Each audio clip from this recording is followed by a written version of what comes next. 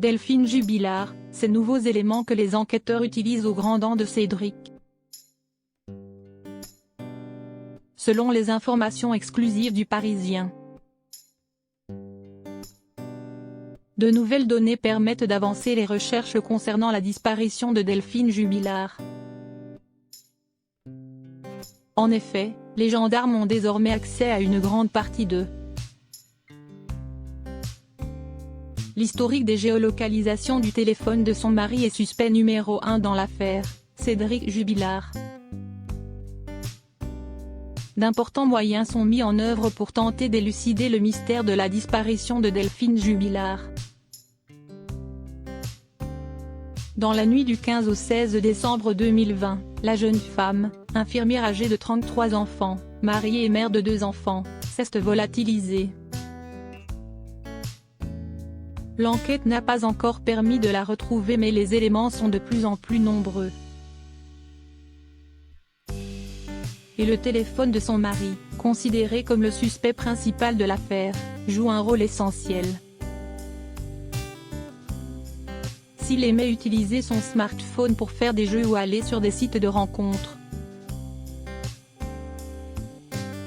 Cédric Jubilard doit considérer désormais cet objet comme particulièrement dangereux. En effet, grâce à lui, les enquêteurs ont pu accéder, via son compte Gmail, à l'historique de ses déplacements, indique en exclusivité Le Parisien. Ce qui expliquerait pourquoi il a tenté de berner les enquêteurs en ne retrouvant pas le mot de passe de sa messagerie. Des données de Google, le groupe avait été sollicité dans un premier temps, en vain. Ont été obtenus grâce à la participation des autorités judiciaires américaines via une demande d'entraide internationale. Ainsi, depuis que les Américains ont transmis partiellement les divers déplacements effectués par Cédric Jubilard dans les semaines précédant la disparition de son épouse, entre les mois d'août et décembre 2020, les fouilles se sont élargies. De nouvelles zones ont été définies pour les recherches et elles sont scrutées sans répit, avec notamment un mini-bulldozer piloté à distance. Un robot qui n'épargne rien sur son passage. Il n'y a donc plus que la fameuse ferme qui a étrangement brûlé en avril 2021 qui est au cœur des recherches. Elles sont désormais étendues au sud de cet établissement mais aussi plus au nord, comme l'indique la carte du Parisien. Travaillant d'arrache-pied, les autorités utiliseront ensuite détecteurs de métaux, géoradars et chiens spécialisés pour trouver un indice, voire le corps de Delphine Jubilard.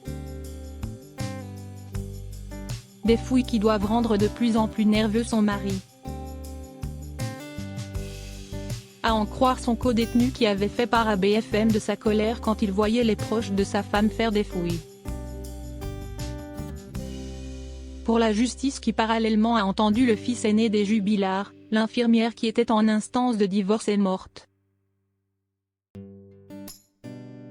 Mis en examen puis incarcéré pour meurtre par conjoint en juin 2021. Cédric Jubilard sera entendu par les juges d'instruction en charge du dossier le 11 février prochain. Cédric Jubilard reste présumé innocent des faits qui lui sont reprochés jusqu'au jugement définitif de cette affaire.